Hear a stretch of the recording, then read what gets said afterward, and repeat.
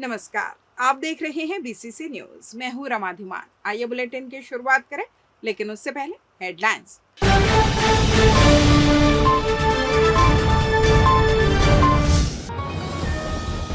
NHM कर्मियों की हड़ताल जारी, स्वास्थ्य सेवाएं हो रही प्रभावित। एक पेड़ मां के नाम अभियान, अब महिलाएं करेंगी देखरेख। स्वास्थ्य व्यवस्था पर सवाल, टॉर्च की रोशनी में हुई डिलीवरी।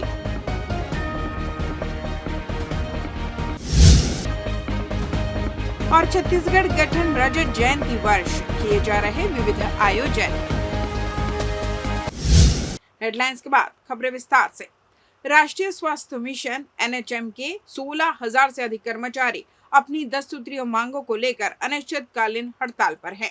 ऐसे में स्वास्थ्य से संबंधित शायद ही कोई ऐसा विभाग हो जहां इसका प्रभाव ना पड़ा हो, लेकिन सबसे ज्यादा परेशानी ग्रामीण इलाके के मरीजों को उठानी पड़ रही है। इस बीच बिलासपुर जिले में भी हड़ताल का खासा असर देखने को मिल रहा है। वहीं हड़ताल कर रहे संविदा कर्मचारी अलग अलग तरीकों से राज्य सरकार तक अपनी मांगों को पहुंचाने प्रयास कर रहे हैं।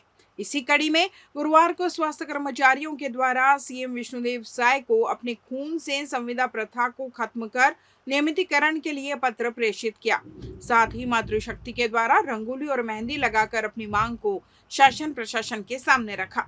इस बीच कर्मचारियों के समर्थन में संयुक्त स्वास्थ्य कर्मचारी संघ के प्रांत अध्यक्ष विकास कुमार यादव और महामंत्री अमृत साहू उनके समक्ष पहुंचे, जहां उन्होंने उनके इस अनिश्चितकालीन आंदोलन में संघ का पूर्ण समर्थन दिया। इस दौरान महामंत्री अमृत साहू ने जानकारी देते हुए बताया कि एनएचएम के सभी कर्मचारी स्वास्थ्य महकमे के रीढ़ की हड्डी के रूप में हैं, जिन्होंने वैश्विक महामारी जैसे विपरीत परिस्थितियों में भी पूरे समर्पण भाव से काम किया।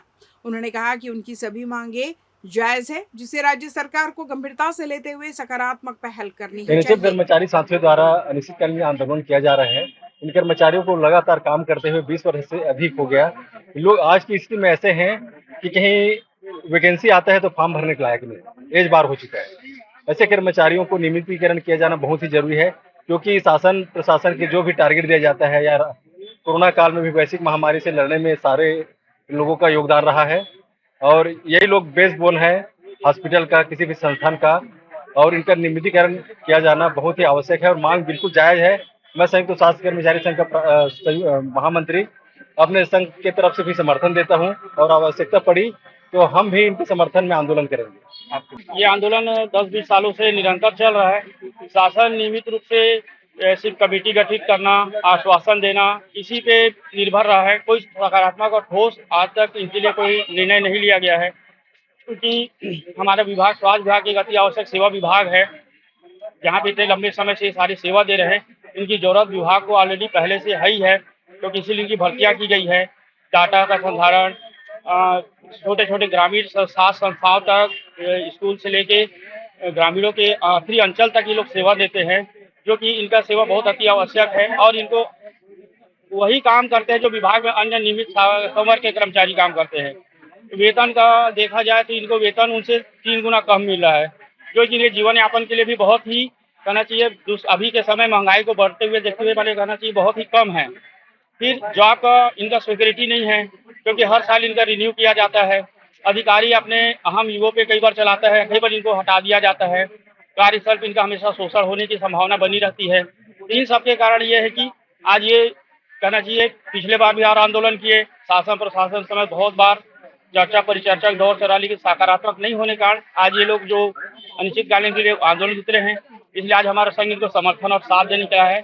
पूरे छत्तीसगढ़ में और पूरे भारत में राष्ट्रीय स्वास्थ्य मिशन का बहुत सारे कर्मचारी कार्यरत हैं। जैसे हमारे छत्तीसगढ़ में 16,000 स्वास्थ्य कर्मचारी हैं और बिलासपुर जिला में 735 कर्मचारी हैं, और इससे बहुत सारे राष्ट्रीय प्रोग्राम हैं जो प्रभावित हो रहे हैं। जैसे डिस्ट्रिक्ट हॉस्पिटल में कहा जाए तो एसएनसीयू, एचडीयू, आईसीसीयू और एनसीडी क्लिनिक जैसे शुगर बीपी जांच, बहुत सारे चीज प्रभावित हो रहे हैं।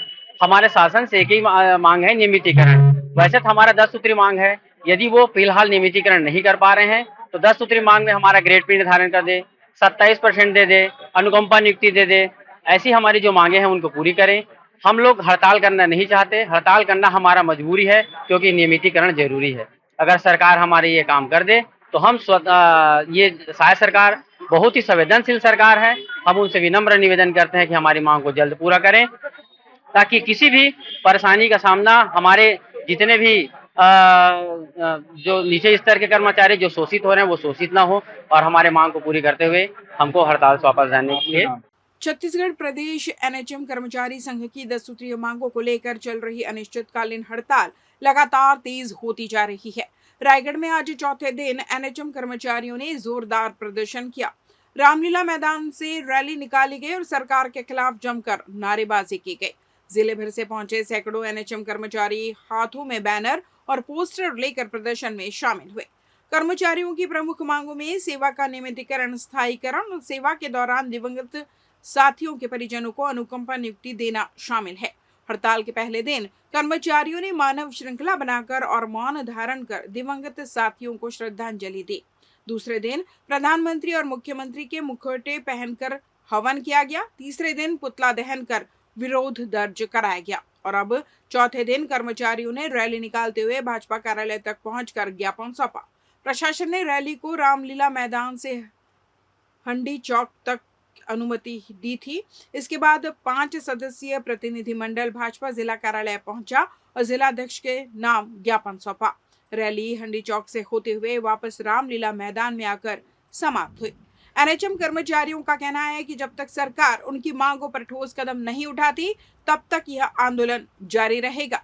जरूरत पड़ी तो इसे और उग्र रूप भी दिया जाएगा। इस हड़ताल का असर अब जिले की स्वास्थ्य सेवाओं पर साफ दिखने लगा है और अगर हड़ताल लंबी खिंचे तो मरीजों को गंभीर परेशानी झेलनी पड़ सकती है। 18 अगस्त से पूरे प्रदेश में अनिश्चितकालीन आंदोलन चल रहा है। उसी कड़ी में आज रायगढ़ में हम भाजपा कार्यालय जा रहे थे ज्ञापन देने के लिए। माननीय मंत्री जी ओपी चौधरी जी के कार्यालय में जा रहे थे, लेकिन हमारे इस आंदोलन को, इस रैली को जाने नहीं दिया गया और मजबूरीवश हमको बीच रास्ते से ही वापस लौटना पड़ा है।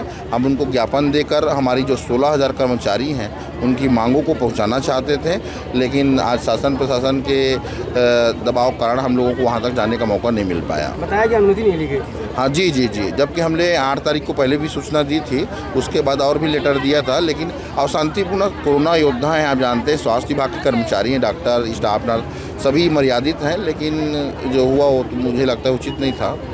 तो आगे क्या रणनीति रहेगी? आगे रणनीति है पूरा ये आंदोलन इस बार आश्वासन 150 से 60 बार हम लोगों ने मिल करके ज्ञापन दिया है पूरे मंत्रियों को, विधायकों को विभिन्न जिलों में, लेकिन आज तक हमारी मांगें पूरी नहीं हुई हैं। इस बार जब हम अनिश्चितकालीन आंदोलन में आए हैं, ये आंदोलन आश्वासन के दम पर ख़त्म नहीं होगा। जब तक हमारी मांगें पूरी नहीं की जाएगी, दिनों दिन ये आंदोलन की उग्रता बढ़ती जाएगी और हम अंतिम दम तक लड़ेंगे। इसमें 10 सूत्री मांग इनके द्वारा है, संविलियन है, वेतन निर्धारण को लेकर, मतलब ऐसे मिलाते हुए करीबन 10 मुद्दे हैं। वो शासन को संबोधित है मांगे और उसकी जो प्रतिलिपि विधायक महोदय को है तो यहाँ उनसे रिसीव करके वहाँ प्रेषित किया जाएगा। सर, रैली की अनुमति नहीं थी, रैली निकाली गई? नहीं, देखिए 2 चीज़ें, जिस तरह की मांगी गई थी उस तरह की नहीं दी गई, लेकिन जिस तरह से शांतिपूर्ण हो सकता था उस तरह से किया गया। नगर निगम बिलासपुर वार्ड क्रमांक 5 की महिला पार्षद गायत्री साहू के खिलाफ दर्ज प्रकरण को लेकर राजनीति तेज हो गई है। मंगलवार को गायत्री साहू ने अपने वार्ड वासियों के साथ बिजली पानी जैसी मूलभूत सुविधाओं की मांग को लेकर विकास भवन का घेराव किया था। इस दौरान नागरिकों ने प्रतीकात्मक मटकी फोड़ आंदोलन कर अपनी नाराजगी जताई और निगम प्रशासन को ज्ञापन भी सौंपा, लेकिन आंदोलन के तुरंत बाद ही निगम प्रशासन द्वारा महिला पार्षद एवं ब्लॉक कांग्रेस अध्यक्ष लक्ष्मीनाथ साहू के खिलाफ प्रकरण दर्ज कर दिया गया। इस कार्रवाई की जिला कांग्रेस कमेटी ग्रामीण व शहर ने कड़ी निंदा की है। कांग्रेस नेताओं का कहना है कि भाजपा शासित निगम प्रशासन लोकतांत्रिक मूल्यों का दमन कर रहा है और कांग्रेसी पार्षदों की उपेक्षा कर उनके वार्डों की अनदेखी कर रहा है। इस मामले में पार्षद पति लक्ष्मीनाथ साहू ने कहा कि अब जनता के मुद्दों को उठाने पर एफआईआर हो रही है, जिसे देखते हुए अब कांग्रेस पार्टी जिला स्तर पर आंदोलन की तैयारी कर रही है। कोटा विधायक ने कहा कि भाजपा सरकार में लोकतंत्र की हत्या हो रही है। जनप्रतिनिधि अगर जनता की समस्या लेकर निगम कार्यालय जाता है तो अब उनके ऊपर केस दर्ज हो रहे हैं। अब तो लोकतंत्र खतरे में है, संविधान हम तो कहते हैं संविधान खतरे में है।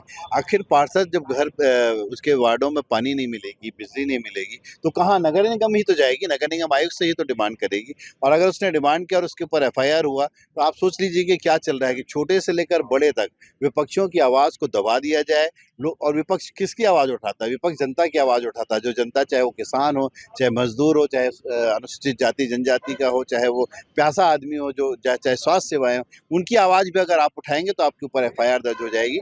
पर देर है अंधेर नहीं, कल कहीं ना कहीं इसमें एक नई लॉ आएगी। निश्चित रूप से आज के इस सरकार में जनता का मुद्दा उठाना इनके हिसाब से एक अपराध है। हमने बिजली और पानी की मांग को लेकर पार्षद श्रीमती गायत्री लक्ष्मीनाथ साहू के नेतृत्व में और ब्लॉक कांग्रेस कमेटी तिफरा के हमारे कुछ साथी और सैकड़ों महिलाएं जो वास्तविकता में त्रस्त है पानी की संकट से, जल के संकट से, प्रकाश व्यवस्था से, साफ सफाई से, जो मूलभूत सुविधाएं होती है, उस मुद्दे को लेकर हमने मांग करने गए थे। विकास भवन का घेराव किया, लोकतांत्रिक तरीके से हमने विरोध प्रदर्शन किया, लेकिन हमारे ऊपर द्वेषपूर्ण तरीके से बदले की भावना को ध्यान में रखकर सत्ता पक्ष के इशारे पर इन अधिकारियों के द्वारा एफआईआर दर्ज किया गया है, जिसमें गायत्री साहू जो कि पार्षद हैं उस वार्ड, संबंधित वार्ड की, और मैं ब्लॉक कांग्रेस कमेटी का अध्यक्ष हूं, हम दोनों के ऊपर चिन्हांकित करके एफआईआर करना द्वेषपूर्ण है। बदले की भावना के तहत ये कार्रवाई की गई है। लेकिन हम सब कांग्रेस के सिपाही हैं और कांग्रेस के सिपाही डरने वाले नहीं हैं, वो डटकर मुकाबला करेंगे। आज जिला कांग्रेस कमेटी का भी बयान आ गया है कि वो हमारे साथ हैं और हम लोग एक बड़ा आंदोलन की तैयारी कर रहे हैं, कलेक्ट्रेट घेराव की तैयारी कर रहे हैं कि जिस प्रकार से लोकतंत्र को दबाने की काम ये सरकार कर रही है, नगर की सरकार हो चाहे प्रदेश की सरकार हो, लोकतंत्र की हत्या करने का काम कर रही है। एक महिला पार्षद के साथ इन्होंने जो दुर्व्यवहार पूर्ण कार्य किया है, एक महिला नारी बचाओ बेटी बचाओ बेटी पढ़ाओ का नारा देने वाली बीजेपी की सरकार आज नारियों के साथ क्या व्यवहार कर रही है आप सबके सामने। नगर निगम कार्यालय विकास भवन बिलासपुर में पदस्थ कर्मचारी शेख अमीन के द्वारा लिखित आवेदन प्रस्तुत किया गया है, जिसमें उल्लेख किया गया है कि पार्षद गायत्री साहू तथा उनके साथियों के द्वारा निगम कार्यालय में पहुंचकर शासकीय कार्य में बाधा पहुंचाई गई है, जिस पर सिविल लाइन पुलिस के द्वारा अपराध पंजीबद्ध कर मामले को विवेचना में लिया गया है। बिलासपुर हाईकोर्ट ने अपने फैसले में कहा कि हिंदू दत्तक ग्रहण एवं भरण पोषण अधिनियम के तहत विधवा बहू पुनर्विवाह करने से पहले तक अपने ससुर से भरण पोषण पाने की हकदार है। दरअसल ससुर ने फैमिली कोर्ट के आदेश के खिलाफ हाई कोर्ट में अपील की थी, जिसमें बताया गया कि वो पेंशन पर आश्रित है और बहू जॉब कर सकती है, लेकिन हाई कोर्ट ने उनकी दलील को खारिज कर दिया। साथ ही फैमिली कोर्ट के आदेश को सही ठहराया है। कोरबा निवासी चंदा यादव की शादी साल 2006 में गोविंद प्रसाद यादव से हुई थी। साल 2014 में गोविंद सड़क हादसे का शिकार हो गया, जिससे उसकी मौत हो गई। ससुराल पक्ष से विवाद होने पर वो बच्चों के साथ अलग रहने लगी। चंदा ने ससुर तुलाराम यादव से हर महीने 20,000 रुपए भरण पोषण की मांग करते हुए कोरबा के फैमिली कोर्ट में मामला प्रस्तुत किया था। फैमिली कोर्ट ने आवेदन आंशिक रूप से स्वीकार करते हुए 6 दिसंबर 2022 को आदेश दिया कि ससुर अपनी बहू को हर माह 2500 रुपए भरण पोषण दे। यह आदेश बहू के पुनर्विवाह करने तक प्रभावी रहेगा। बिलासपुर जिले में शुरू खरीफ मौसम में अब तक 759.5 मिलीमीटर बारिश दर्ज की गई, जो कि पिछले 10 वर्ष के औसत बारिश 750.9 मिलीमीटर से 8.6 मिलीमीटर अधिक है। अधीक्षक भू अभिलेख से प्राप्त जानकारी के अनुसार सबसे अधिक बारिश 952 मिलीमीटर बेलगना तहसील में और सबसे कम बारिश 654.4 मिलीमीटर कोटा में रिकॉर्ड की गई। इसी प्रकार बिलासपुर तहसील में 879.5 मिलीमीटर, बिल्हा तहसील में 637.1 मिलीमीटर, मस्तूरी में 685 मिलीमीटर, तखतपुर में 880.2 मिलीमीटर, सीपत में 729.9 मिलीमीटर, बोदरी में 659.7 मिलीमीटर, बेलतरा में 696 मिलीमीटर, रतनपुर में 758.8 मिलीमीटर, सकरी में 830.3 मिलीमीटर और पचमढ़ी तहसील में 715.1 मिलीमीटर बारिश रिकॉर्ड की गई। जिले की औसत वार्षिक वर्षा 1202.3 मिलीमीटर है। पुराना बस स्टैंड स्थित हेवेंस पार्क बार में उस वक्त हड़कंप मच गया जब यहां अचानक बुधवार की देर रात आबकारी विभाग की टीम रेड मारने की कार्रवाई करने पहुंची। जानकारी के अनुसार आबकारी विभाग की जिला स्तरीय टीम हेवेंस पार्क बार की रूटीन चेकिंग के लिए पहुंची थी। बता दें, हेवेंस पार्क बार का एक वीडियो सोशल मीडिया में जमकर वायरल हो रहा है। बताया जा रहा है कि हेवेंस पार्क बार में नियमों को ताक में रखकर काउंटर से शराब बेची जाती है, जिसे लेकर सोशल मीडिया में एक खबर भी वायरल हो रही है, जिसमें हेवेंस पार्क बार में देर रात तक शराब बेचने की बात कही गई। वहीं अब हेवेंस पार्क बार में आबकारी विभाग की दबिश से हड़कंप मचा हुआ है। इस बारे में हमने आबकारी विभाग के अधिकारी से बात करनी चाहिए, पर उन्होंने बाइट देने से इनकार कर दिया। सूत्र बता रहे हैं कि हेवेंस पार्क बार में देर रात तक शराब बेची जाती है, जिसके चलते यहाँ आसपास लोगों का जमावड़ा रहता है और कोई घटना होने की संभावना बनी रहती है। अब देखना होगा कि इस पूरे मामले में आबकारी अधिकारी क्या एक्शन लेते हैं। सिटी कोतवाली पुलिस ने मोटरसाइकिल चोरी के मामले में बड़ी सफलता हासिल करते हुए एक आरोपी को गिरफ्तार कर 5 नग मोटरसाइकिल जब्त की। पुलिस के अनुसार पेट्रोलिंग टीम द्वारा शनिचरी बाजार स्थित वाल्मीकि चौक के पास वाहन चेकिंग की जा रही थी। इस दौरान एक संदिग्ध हीरो होंडा पैशन को रोका गया। चालक द्वारा कोई दस्तावेज प्रस्तुत नहीं करने पर कड़ाई से पूछताछ की गई। पूछताछ में युवक ने वाहन चोरी करना स्वीकार किया। पुलिस ने आरोपी की पहचान विशाल यादव निवासी गोड़खामी थाना लोरमी जिला मुंगेली के रूप में की है। पूछताछ में आरोपी ने डीपी कॉलेज के पास से उक्त मोटरसाइकिल चोरी करना बताया। आगे की जांच में उसने सिविल लाइन और टिकरापारा क्षेत्र से भी 4 अन्य वाहन चोरी करना स्वीकार किया। पुलिस ने आरोपी के निशानदेही पर ग्राम गोड़खामी से कुल 5 मोटरसाइकिल बरामद की, जिनकी कीमत लगभग 1 लाख रुपए आंकी गई। आरोपी को गिरफ्तार कर न्यायिक रिमांड पर भेजा गया है। उप मुख्यमंत्री एवं नगरीय प्रशासन मंत्री अरुण साव ने रायपुर के कौशल्या विहार में वुमेन फॉर ट्रीज अभियान का राज्य स्तरीय शुभारंभ किया। उन्होंने कहा कि पर्यावरण के प्रति जागरूक होकर सभी को अधिक से अधिक पौधे लगाने चाहिए। शुभारंभ अवसर पर राजस्व मंत्री टंकराम वर्मा, विधायक मोतीलाल साहू, रायपुर विकास प्राधिकरण अध्यक्ष नंद कुमार साहू और रायपुर नगर निगम की महापौर मीनल चौबे सहित जनप्रतिनिधि व नागरिक उपस्थित रहे। अतिथियों ने सिंदूर के पौधे लगाकर अभियान की शुरुआत की। इस अभियान के अंतर्गत प्रदेश भर में 1,66,000 पौधे लगाए जाएंगे। इसलिए भारत सरकार ने 27 करोड़ 48 लाख रुपए की लागत से 444 परियोजनाओं को मंजूरी दी है। परियोजनाएं 13 नगर निगमों, 39 नगर पालिकाओं और 81 नगर पंचायतों में संचालित होंगी। अभियान से 1701 स्व सहायता समूहों की 2300 से अधिक महिलाओं को जोड़ा गया है, जो वृक्षारोपण के साथ पौधों की देखरेख भी करेंगी। महापौर मीनल चौबे ने बताया कि रायपुर नगर निगम क्षेत्र में 60 स्थलों पर वृक्षारोपण किया जाएगा, जिसमें 232 महिलाएं जुड़ी है। अभियान से महिलाओं को प्रति माह 8,000 रुपए वृक्ष की देखभाल और 1,000 रुपए जियो टैगिंग व निगरानी के लिए प्रदान किए जाएंगे। यह पहल भारत सरकार के एक पेड़ मां के नाम अभियान से प्रेरित है तथा अमृत 2.0 व डे एनुअल LM के अभिसरण अमृत मित्र योजना के तहत संचालित होगी। मिशन के अंतर्गत सरकारी भूमि, आंगनबाड़ी, स्कूल, अस्पताल, उद्यान, वाटर बॉडीज, रोड डिवाइडर्स व धार्मिक स्थलों पर वृक्षारोपण होगा। वुमेन फॉर ट्रीज अभियान से एक ओर जहां शहरी क्षेत्रों में हरियाली बढ़ेगी, वहीं दूसरी ओर महिला सशक्तिकरण और पर्यावरण संरक्षण को भी मजबूती मिलेगी। लेते हैं छोटा सा ब्रेक। पिछले 17 वर्षों से रियल एस्टेट के क्षेत्र में दे रहे हैं अपनी सेवाएं और लगातार शहर की जनता को एक नई लिविंग लाइफस्टाइल। अपने कार्यों एवं सेवाओं के माध्यम से लाखों लोगों की उम्मीदों को दिया है आकार। इसलिए जिले में ही नहीं, पूरे प्रदेश में इनकी पहचान है बरकरार। आपके सपनों के घर को हकीकत में बदल कर है दिखाना, इसलिए आपके लिए लेकर आए हैं भाटी आशिया।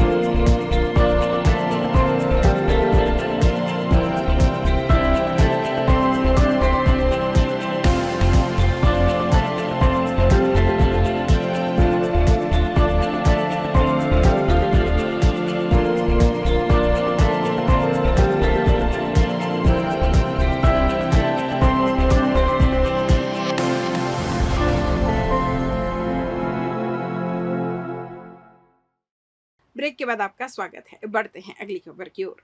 तखतपुर सामुदायिक स्वास्थ्य केंद्र की लापरवाही ने एक बार फिर सरकारी अस्पतालों की बदहाली को उजागर कर दिया है, जिसमें बेलसरी निवासी महिला ज्योति को प्रसव पीड़ा होने पर जब अस्पताल लाया गया तो परिजनों को उम्मीद थी कि यहां सुरक्षित प्रसव होगा, लेकिन अस्पताल की व्यवस्था ने सबको हैरान कर दिया। जैसे ही महिला को डिलीवरी के लिए ऑपरेशन थिएटर ले जाया गया, अचानक पूरे अस्पताल की बिजली गुल हो गई। नर्सें अफरा तफरी में इधर उधर भागती रही। स्थिति इतनी गंभीर हो गई कि टांके लगाने तक का काम अधर में अटक गया, जिससे डॉक्टर भी परेशान होते रहे, पर बिजली का कोई इंतजाम नहीं हो सका। नर्स ने बाहर खड़े व्यक्ति से मोबाइल फोन मांगा और मोबाइल की टॉर्च की रोशनी में प्रसव पूरा कर जच्चा बच्चा की जान बचाई गई। वहीं सामुदायिक स्वास्थ्य केंद्र की बदहाली का वीडियो किसी ने बना लिया, जो अब सोशल मीडिया में वायरल हो रहा है, जिसमें साफ देखा जा सकता है कि महिला की डिलीवरी के दौरान लाइट गुल है। इसके साथ ही कर्मचारियों की कमी साफ नजर आ रही है। जानकारी के अनुसार तखतपुर स्थित सामुदायिक स्वास्थ्य केंद्र में अक्सर बिजली गुल होने की समस्या बनी रहती है, पर इस ओर विभाग के अधिकारी क्यों ध्यान नहीं दे रहे हैं, यह सोचने वाली बात है। बेजुबानों की सुरक्षा को लेकर एनिमल लवर ग्रुप ने आज कलेक्ट्रेट पहुंचकर संयुक्त कलेक्टर को ज्ञापन सौंपा। संगठन ने प्रशासन से मांग की है कि जानवरों पर हो रहे अत्याचार पर रोक लगाने के लिए ठोस कदम उठाए जाए। एनिमल लवर ग्रुप के सदस्यों ने कहा कि जानवरों के प्रति अत्याचार लगातार बढ़ रहे हैं। दिल्ली एनसीआर से लेकर छोटे शहरों तक आए दिन बेजुबानों पर जुल्म कर घटनाएं सामने आ रही है। इसी मुद्दे को लेकर रायगढ़ कलेक्ट्रेट में संयुक्त कलेक्टर राकेश कुमार गोलछा को कलेक्टर के नाम ज्ञापन सौंपा गया। संगठन ने स्पष्ट किया कि उनकी यह मुहिम किसी राजनीतिक उद्देश्य से नहीं, बल्कि केवल इंसानियत और बेजुबान जानवरों की रक्षा के लिए है। ग्रुप के सदस्यों ने आगे कहा कि सुप्रीम कोर्ट के आदेश के अनुसार बेजुबान जानवरों के लिए डॉग सेंटर की व्यवस्था की जानी चाहिए। जिस तरह अन्य राज्यों में कुत्तों के साथ अत्याचार की घटनाएं सामने आ रही है, वैसा छत्तीसगढ़ और रायगढ़ में ना हो, इसी उद्देश्य से आज प्रशासन को ज्ञापन सौंपा गया। संगठन की मांग है कि रायगढ़ में जल्द से जल्द डॉग सेंटर खोला जाए ताकि बेजुबानों को सुरक्षित आश्रय मिल सके। जो शहर के अंतर्गत मतलब जानवरों के साथ में जो भी मतलब बेहतर उनके लिए शेल्टर इत्यादि की व्यवस्था हो सके, या सीजन के अनुसार जो भी मतलब कार्रवाई अक्सर होती है रेबीज या फिर उनके निवारण की, उसको सही ढंग से किया जाए, ये उनके द्वारा मांग की गई है। अब इसमें देखिए, जो स्थानीय हमारा प्रशासन हो गया, चाहे नगर निगम हो गया, चाहे हमारा जो सब डिवीजन हो गया, SDM साहब वगैरह, इनसे बात करके इसकी कोई ना कोई ठोस प्लानिंग की जाएगी, इनको भी शामिल किया जाएगा चर्चा में। रायगढ़ के जुटमिल पुलिस ने सूखा नशा बेचने वाले एक सप्लायर को गिरफ्तार किया है। आरोपी अपने घर में किशोरों को बैठाकर नशा सामग्री उपलब्ध कराता था। थाना प्रभारी प्रशांत राव की सतर्कता से आरोपी के पास से बड़ी मात्रा में सोल्यूशन ट्यूब बरामद हुए हैं। दरअसल पुलिस को मुखबिर से सूचना मिली थी कि बजरंगपारा निगम कॉलोनी निवासी मोहम्मद अलीम उर्फ पावला 43 वर्ष अपने घर पर नाबालिग बच्चों को नशा सामग्री बेच रहा है। सूचना की पुष्टि होने पर जुटमिल थाना प्रभारी प्रशांत राव ने टीम के साथ दबिश दी। छापेमारी में एक प्लास्टिक बोरी से 35 नग सोल्यूशन ट्यूब, प्रत्येक 75 ml, कीमत करीब 1750 रुपए बरामद हुए। आरोपी ने पूछताछ में कबूल किया कि वह राउरकेला उड़ीसा से 5 कार्टन सोल्यूशन लाकर किशोरों को खुराक के तौर पर बेचता है। आरोपी के पास से नगद 200 रुपए भी जब्त किए गए। गिरफ्तार आरोपी पर जुवेनाइल एक्ट और BNS की धाराओं के तहत मामला दर्ज कर न्यायिक रिमांड पर भेजा गया है। इस कार्रवाई में थाना प्रभारी प्रशांत राव, ASI भागीरथी चौधरी, प्रधान आरक्षक शिव कुमार वर्मा और आरक्षक सन्नी मालाकार की महत्वपूर्ण भूमिका रही।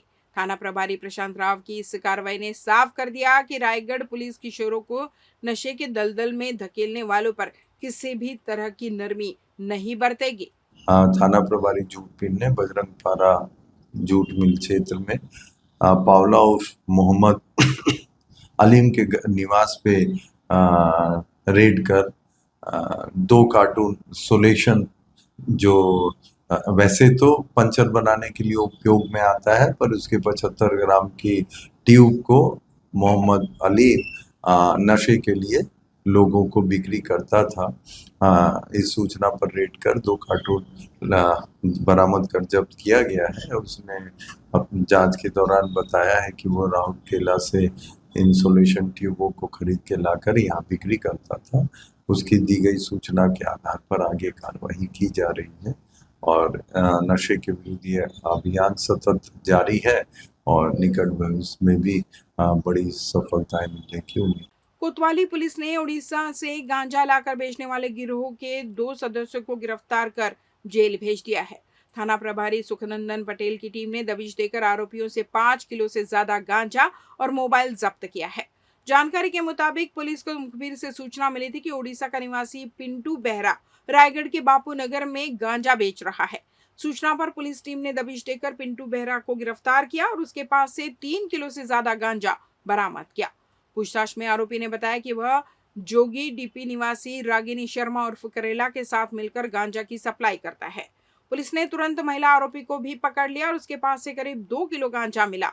दोनों आरोपियों के पास से कुल 5 किलो 244 ग्राम गांजा, 2 मोबाइल और नकदी समेत लगभग 80,000 रुपए की संपत्ति जब्त की गई। दोनों के खिलाफ एनडीपीएस एक्ट के तहत मामला दर्ज कर न्यायिक रिमांड पर जेल भेजा गया है।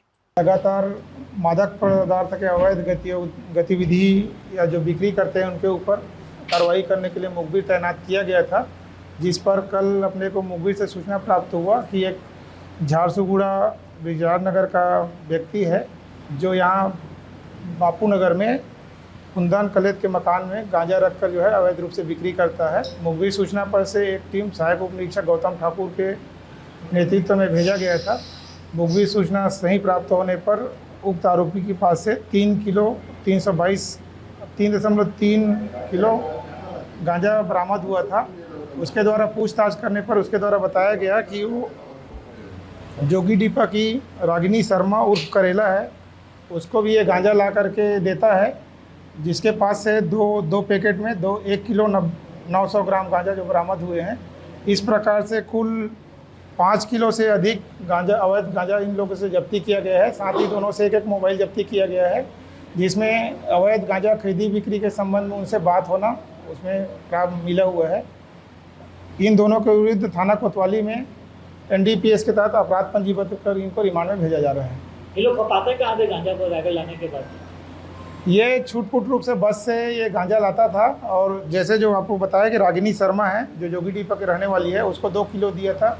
इस तरह से जहाँ जहाँ भी छूटपूट रूप में जो गांजा बेचते हैं उनको मौके में जाकर उपलब्ध कराते हैं। लाता कहाँ से था? इनका सरगना कौन? ये छोटा रूप में बेचने वाला है, खुद ही रहने वाला है, ब्रिजराज नगर उड़ीसा का रहने वाला है, जहाँ पर गांजा आसानी से मिल जाता है, वहाँ से लेकर के आया था। रायगढ़ में गणेश चतुर्थी का पर्व इस बार बेहद खास अंदाज में मनाया जाएगा। 27 अगस्त को होने वाले गणेश पूजन को लेकर शहर भर में उत्साह का माहौल है। मूर्तिकार दिन रात मेहनत कर भगवान गणेश की प्रतिमाओं को आकर्षक स्वरूप दे रहे हैं। गली गली, चौक चौराहों और मोहल्लों में गणपति बप्पा के स्वागत की जोरदार तैयारियां चल रही है। मूर्तिकार अपनी कला से परंपरा और आधुनिकता का अद्भुत संगम पेश कर रहे हैं। कहीं गणेश जी लाल पीले रंग की पारंपरिक पोशाक में नजर आते हैं, तो कहीं आधुनिक डिजाइनों और आकर्षक रंगों से सजी प्रतिमाएं बन रही है। कुछ मूर्तियों में तो विशेष थीम पर आधारित है, जो देखने वालों को अलग ही अनुभूति देंगी। बाजार में हर आकार की मूर्तियां उपलब्ध है। छोटे घरों के लिए छोटी प्रतिमाएं और बड़े पंडालों के लिए भव्य प्रतिमाएं। मूर्तिकारों का कहना है कि वे दिन रात काम कर रहे हैं ताकि हर भक्त अपने घर और पंडाल में समय पर गणपति बप्पा को विराजमान कर सके। रायगढ़ में इस बार गणेश उत्सव न केवल आस्था और श्रद्धा का प्रतीक होगा, बल्कि कला, संस्कृति और सामूहिक उत्सव का अनूठा संगम भी देखने को मिलेगा। मेरा यह बिक्री ठीक है इस साल। या बड़ा मूर्ति मेरे पास एक भी नहीं है, जो भी है मैंने छोटा छोटा है अभी। तो यहाँ गणेश मूर्ति का अभी तैयारी चल रहा है। गणेश मूर्ति पेंटिंग चालू हो गया है और बिक्री भी चालू हो गया है। और इधर बहुत सारा मतलब मूर्ति थोड़ा सा कंप्लीट भी हुआ है, थोड़ा बाकी भी है। मतलब 26 तक पूरा कंप्लीट हो जाएगा और कुछ ऑर्डर होने का बाकी है अभी भी। तो आप लोग भी आ सकता है, आके देख सकता है, इसमें पसंद करके ऑर्डर ले सकता है। शुरू में जितना ऑर्डर हुआ है अभी भी थोड़ा बहुत आ रहा है ग्राहक, और भी आगे माहौल होगा। जैसे कोई ग्राहक होता है अभी भी डिसाइड नहीं कर पाया, तो उन लोग आएगा। माहौल ठीक है, अभी ज़्यादा मूर्ति नहीं है, 15-20 मूर्ति और बाकी है बुकिंग होने का। माहौल ठीक है। छत्तीसगढ़ रजत महोत्सव के अवसर पर जिला प्रशासन द्वारा प्रार्थना सभा भवन में भव्य काव्य गोष्ठी आयोजित की गई। कार्यक्रम का शुभारंभ अटल बिहारी वाजपेयी विश्वविद्यालय के कुलपति डॉक्टर ADN वाजपेयी ने छत्तीसगढ़ महतारी की पूजा अर्चना कर किया। अध्यक्षता वरिष्ठ साहित्यकार सतीश जायसवाल ने की, जबकि वरिष्ठ पत्रकार एवं साहित्यकार नंद किशोर शुक्ल, डॉक्टर अजय पाठक और रश्मि लता मिश्रा विशिष्ट अतिथि रहे। कुलपति डॉक्टर वाजपेयी ने कहा कि 25 वर्षों में छत्तीसगढ़ ने शिक्षा, स्वास्थ्य, विज्ञान और सड़क जैसे क्षेत्रों में उल्लेखनीय प्रगति की है। अब राज्य को कंज्यूमर से प्रोड्यूसर स्टेट की ओर बढ़ना होगा। कलेक्टर संजय अग्रवाल ने कहा कि रजत महोत्सव आत्मचिंतन का अवसर है और हमें नई तकनीकी व नवाचार अपनाकर आगे बढ़ना होगा। कार्यक्रम में नगर निगम आयुक्त अमित कुमार ने स्वागत भाषण दिया। संचालन जनसंपर्क विभाग की जिला समन्वयक रेहाना तबस्सुम और वरिष्ठ साहित्यकार सुनील शर्मा प्रकाश ने किया। 5 घंटे चली इस गोष्ठी में 25 से अधिक कवियों ने छत्तीसगढ़ की संस्कृति, अस्मिता और विकास यात्रा पर रचनाएं प्रस्तुत की, जिन्हें श्रोताओं ने खूब सराहा। सभी साहित्यकारों को शॉल श्रीफल देकर सम्मानित किया गया। इस दौरान स्वास्थ्य विभाग द्वारा स्वास्थ्य जांच शिविर भी आयोजित किया गया। कवियों की रचनाओं ने दर्शकों को भाव विभोर कर छत्तीसगढ़ की 25 वर्षों की गौरव गाथा को जीवंत कर दिया। इस बुलेटिन में बस इतना ही। अगले बुलेटिन में आप सभी फिर मुलाकात, तब तक मुझे दीजिए विदा। नमस्कार।